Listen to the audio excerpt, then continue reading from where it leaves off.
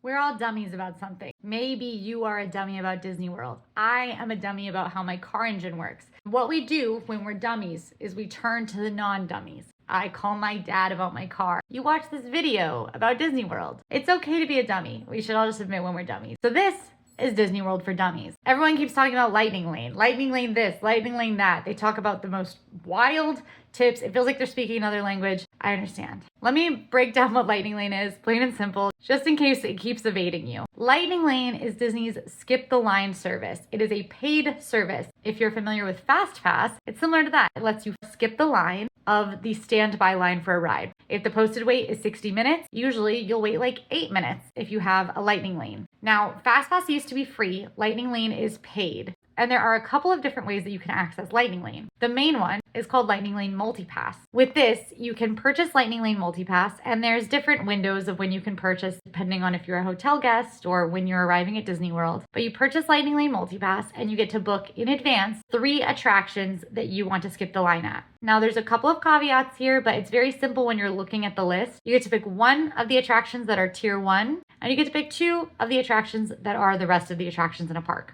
Multipass does work if you're park hopping, and you can have up to 3 Lightning Lanes at a time. So the 3 that you book in advance are not the only 3 that you will get. Once you're in the park and you use a Lightning Lane, you can book another. So you'll be able to book Lightning Lanes all day, provided there's availability. More popular rides, the availability fills up faster. Less popular rides, you might be able to get the availability a little later in the day. Ultimately, even without a ton of effort, you're probably going to get the use between like 5 and 7 Lightning Lanes. And then with a lot of effort, you can get a ton. I've gotten like over 20 in one day. But that's the basics. And it's all done using the My Disney Experience app. The most popular rides in Disney World have Lightning Lane Single Pass. And with this, you're just paying to skip that ride. They all have 1-hour reservations, whether you use Multipass or Single Pass, and you just kind of show up in that window. There's a grace period if you're a little late, and then you get to skip the line. It's way more complicated than it needs to be, but it is less complicated than it seems. The reason you might want to do this is because Disney World is not like smaller theme parks, amusement parks that you might have been to where